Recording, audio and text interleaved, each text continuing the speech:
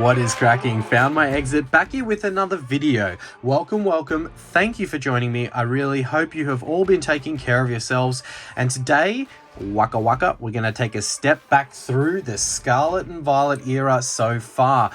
In the wake of Paldean Fates being released later this week, I thought what better opportunity than to go back through and open a little bit of every set so far in the Scarlet and Violet era. Now, an era apart from probably 151 that I haven't really gone too deep into. So a bit of fun today. We'll step through each of the sets and we'll do a little bit of a review of the set as we go. I've got 6 packs of each set except for Scarlet and Violet base, which I've only got 4 of, but that's fine. Don't forget, vintage set of the month is Fossil. Throw your guesses for that randomly selected Pokemon into the comments. Make sure you're subscribed and hit that like button, and you're in with a chance to win the prize. Now, the prize for this month, we're probably going to do an option again. A sealed and a slab option, I would say, would be what we'll do. So a graded card and a sealed product, and you can pick. If we do have a repeat winner again, we'll give away 2 prizes. So we'll give away another prize that someone new can win. And don't forget, we are creeping ever so closer to that 2,000 sub mark. At 2,000 subs, we'll also be giving away this base set unlimited Charizard artwork pack to 1 lucky subscriber. So please go ahead and subscribe if you're not subscribed, and smash that like button. It really helps the channel grow so we can bring more amazing videos to you guys. Really appreciate all the love and support. Enjoy the video now. Waka. We'll crack into it and have a bit of fun as we go along the way. So as mentioned, I will probably throw up the hits of the set, the era, as we kind of go. So we'll roll through some of the more expensive hits in each of the sets and just kind of rate them. I think there's 5 different sets here, and Paldean Fates will be joining the troops very soon. But look, let's roll through it. So Miriam, alt art, top hit from this set. I'll put some of the other big hits from the set up there. We've got the Gardevoir, I think. There's a Miraidon, the other Miriam. But look, Scarlet and Violet base didn't necessarily hold value very well. And I think it was quite easy to pull those hits. I haven't opened a ton of it. I have pulled both the Miriam Alt Art and the Miriam Full Art, 2 of the bigger hits. But yeah, it hasn't really held too well in the price regards. Seriously, come on. Yeah, so I'm not too sure whether it will bounce up, but comparing to some of its other, counterparts in the Scarlet and Violet era, I don't think that it has necessarily done too well. So, for me, I'm probably going to rank this one, and we'll see the rankings at the end of the video when I've got all 5 of the sets kind of finished. But, yeah, I don't think it's going to rank too highly in my books out of the 5 sets so far released in Scarlet and Violet. Scary. That's scary. Oh god, it's scary. I swear it was like just the other day that Pokemon English moved to silver borders and we started the Scarlet and Violet era. Everyone had that, well, not everyone, but a lot of people had a nostalgic cry over the end to, Ash and the television series and all of that. Yeah, it was quite nostalgic saying goodbye to that. I don't know I think there's a lot of people in the same boat as me there, but yeah, it feels like it was yesterday that Scarlet and Violet started, and we're already going 6 sets deep as of this Friday with, Friday in Australia, I should say, with Paldean Fates being released, which looks to be an exciting set. From what I've seen so far, Magikarp reverse, from what I've seen so far, it does look pretty good, as we've got a banger hit there. So we've got one of the full art trainer supporter cards from Scarlet and Violet base, but look, not the biggest hit value wise, but nonetheless does deserve to pop into that mantle for now. We'll see if we can knock it out with something big from one of the other sets. But yeah, like the Nest Ball Gold is probably only like, I think $17 for an ultra rare. So I've kind of tried to, when I've put some of these prices up at the start, get down to roughly that $20 mark for the lowest hit. Scarlet and Violet was hard because I think there was only 3 hits over $20 value in this set. and that's Australian dollars, and that's current market value, so they will move. And some of the later sets, maybe Paradox Rift isn't really fair because as we do have that long fella back again, it hasn't had enough time in the market to kind of drop yet, but maybe not. Maybe it's because Paradox Rift's hit rates is again gone back to difficult pulling those bigger hits. You know what, we'll leave those standard holos there. All right, so Scarlet and Violet base. We're moving now into Paldea Evolved. Now, Paldea Evolved, initially I didn't have too much of an interest in, but it does have some interesting, I guess, weight to the hits that have kind of stayed up there. I mean, it's really just the Iono alt art that's kind of above $100. That Magikarp alt art is a cool hit. You would have seen these popping up on the screen with their dollar values. And then some of the other kind of, I call them alt arts, and I shouldn't do that. They're called like special illustration rares, I guess, in the new set. We're kind of moving to that SAR style methodology in Japanese for the English now, no longer calling them alt arts. Some people do still call them alt arts. I often will get caught still calling them alt arts. But yeah, a few more alt art hits above that $20 value range in Paldea Evolved. And booster box wise prices, I think Paldea Evolved and Scarlet and Violet are very similar. So, you know, if you're under the thought pattern of the same as me, I'm probably picking up a Paldea Evolved booster box over a Scarlet and Violet base booster box. But who knows? That may not necessarily indicate where price goes from here. But yeah, a little bit of a quasi video here. We'll roll through Scarlet and Violet, we'll open some packs, and we'll probably just talk about some of the value of these sets as we go through as well. Yeah, so a little bit of something different today, but I thought in light of Paldean Fates dropping later this week, why not? Why not roll back through these sets and see if we can pull something fire, as well as, you know, just reminisce on the last, God, how long's it been? When was Scarlet and Violet base? When did that come out? It's last year, obviously, so what time was it last year? It's got to be nearly... No, it wouldn't be nearly a year old. I don't remember the exact time, but it's a lot of sets. It's a lot of sets for the world of Pokemon to kind of try and consume and keep up with. Is it too much? Is it gonna mean a lag in value of these sets? Is it gonna mean, you know, nothing really in value for these sets? Are these just going to be forgotten because they were printed so heavily? I don't know. Let me know what you think in the comments. I'm curious to see where the value of Scarlet and Violet era goes. Definitely some cool hits. Maybe people are not really going to be, you know, trying to fill sets because it becomes quite difficult and quite expensive, but rather just picking up the bigger hits from each of these sets that they really desire. And one for me that I did kind of forget about, and I'm remembering now that I'm opening a bit more of this, is that Magikarp hit from this set is pretty cool. I think it's a unique card, and I definitely think it will hold value. Will we see the trainers like the Miriams, the Ionos, all of those, the Ericas, keeping the value that they kind of have? Or will they drop in the future? Who knows? That waifu power may be strong, so they'll probably stay high. But yeah, so far Scarlet and Violet with our biggest hit so far, these Paldea Evolved packs not really doing much at all. So this one doesn't want to come out.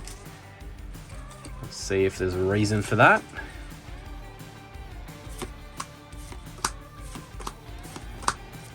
I mean, I've definitely got a favorite from the Scarlet and Violet era that's biased to my preference, as we have another standard holo rare there from Paldea Evolved. Did not really do much.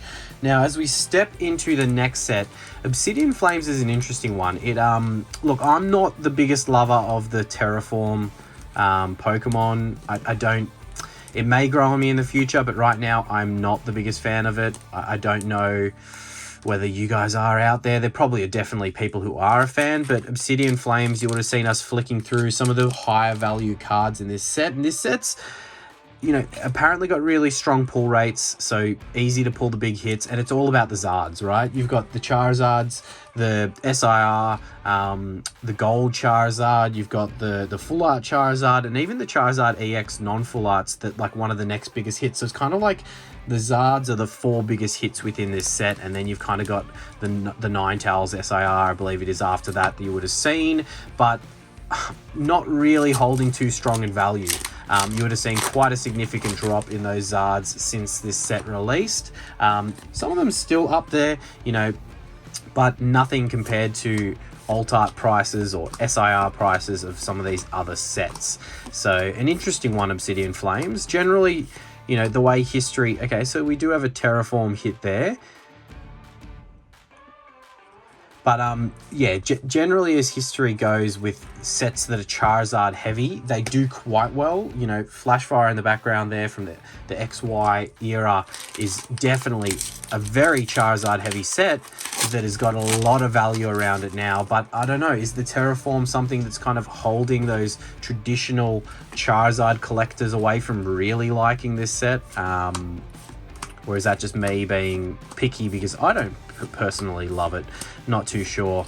But yeah, interesting. I know there's people out there that look at Obsidian Flames, or looked at it early at least, and said it's definitely going to do well down the track, and they may be right. But right now, prices have definitely dipped, and it doesn't really have too much appeal other than its top Zards in the set from a dollar value. That's not to say that people don't like certain hits within the set. That in saying that, the ETBs, I think it was the ETBs that had the Charmander promo. I believe that was from this set. That was a really cool promo. So, you know, definitely some value in certain parts of it. And again, as mentioned kind of earlier in the piece, maybe people in the Scarlet Violet era are really just going to collect the big hits that they desire and that they like and that they want, and stick away from trying to complete every single set. Because I think some of the sets that I've seen, and I may be wrong in saying this, but are quite like there's quite a lot of different hits, cards within the set. So it's difficult to kind of master these sets from having to buy packs. Obviously, I think that the smartest way to master sets in this day and age is just to buy singles, to not open packs to complete your sets, because it's going to cost you much less. But yeah, as mentioned before, I think too many sets within the Scarlet Violet era being dropped for people to not have a hangover and miss certain sets. But look, Obsidian Flames for me, yeah, definitely not as high up the list as some of the other sets, and that will reflect in my little analysis of kind of where I feel these fit, ranked out of the 5 that we have so far. As we do have the Tyranitar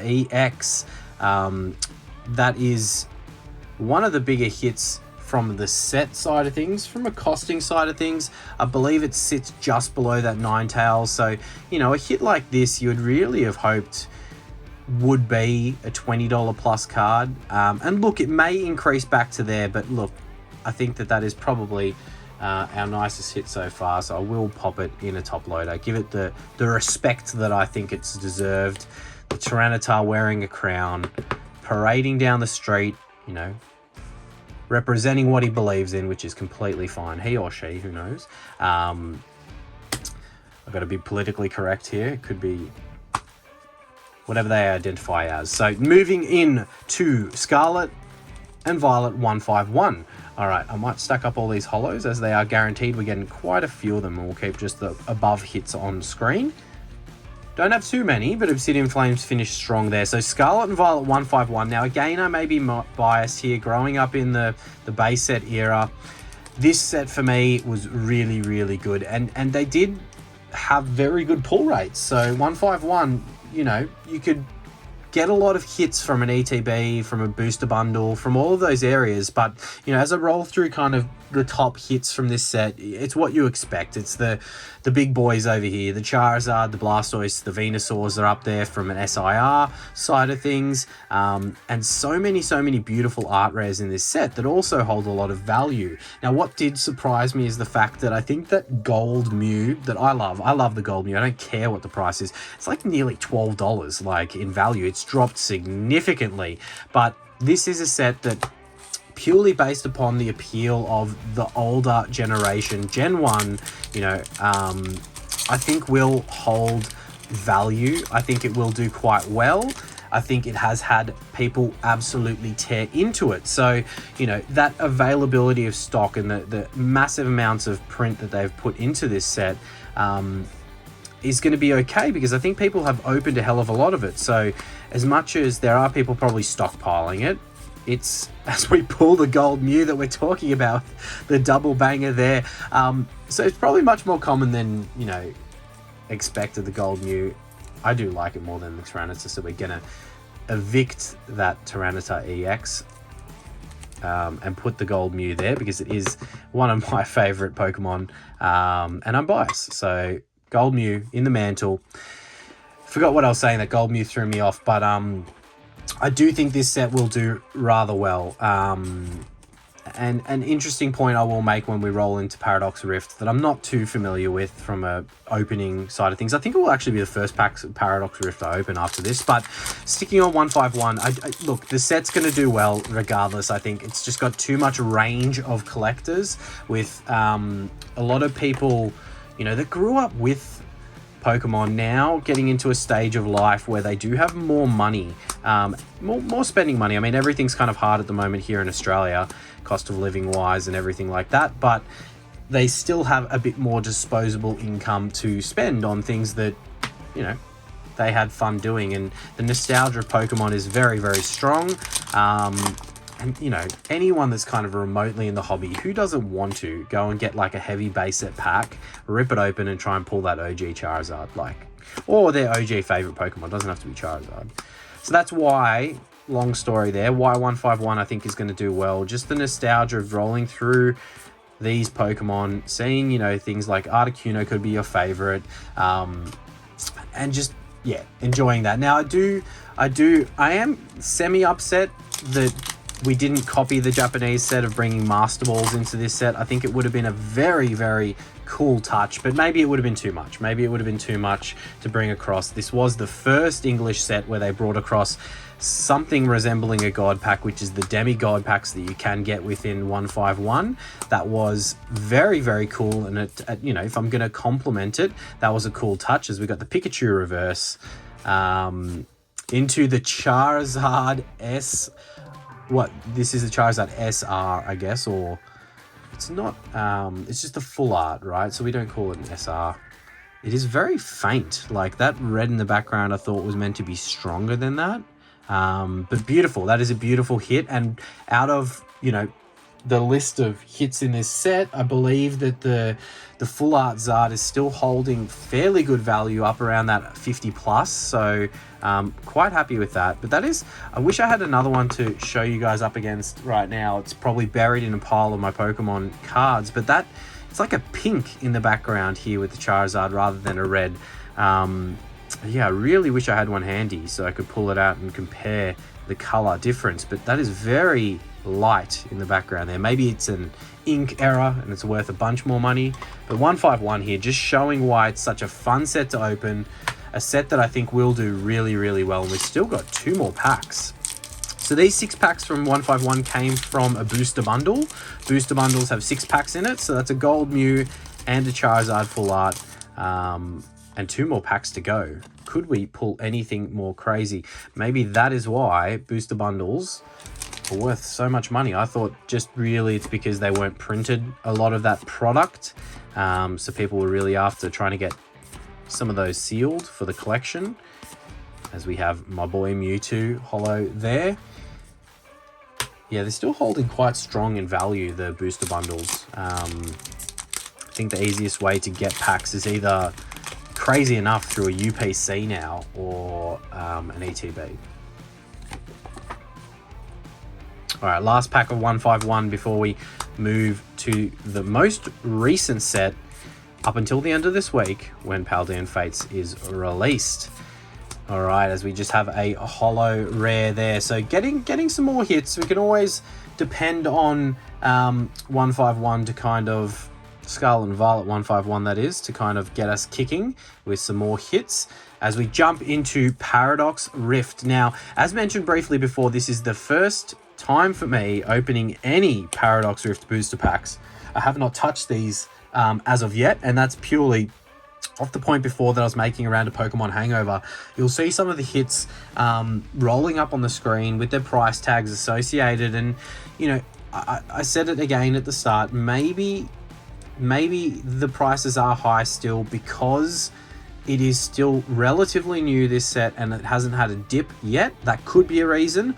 Or I have seen, you know, a lot of data, I guess, on the pull rates from this set, and the pull rates from this set are very challenging to pull the big dogs, you know, the Roaring Moon Alt Arts, or SIRs I should call it, yeah, the Iron Valiant, all of those kind of SIRs, apparently the pull rates are quite difficult. So let's open these 6 packs, see if we get lucky and pull anything significant. But I do think it's the right way to play, right? So what I mean by that is, you saw Scarlet Violet base when we went through it, and the prices associated to some of the bigger hits in Scarlet Violet base. Because of the pull rates being so challenging in this set, I don't think that the cost of those big hits is going to drop. Oh my gosh. Look at that guy flailing in the wind.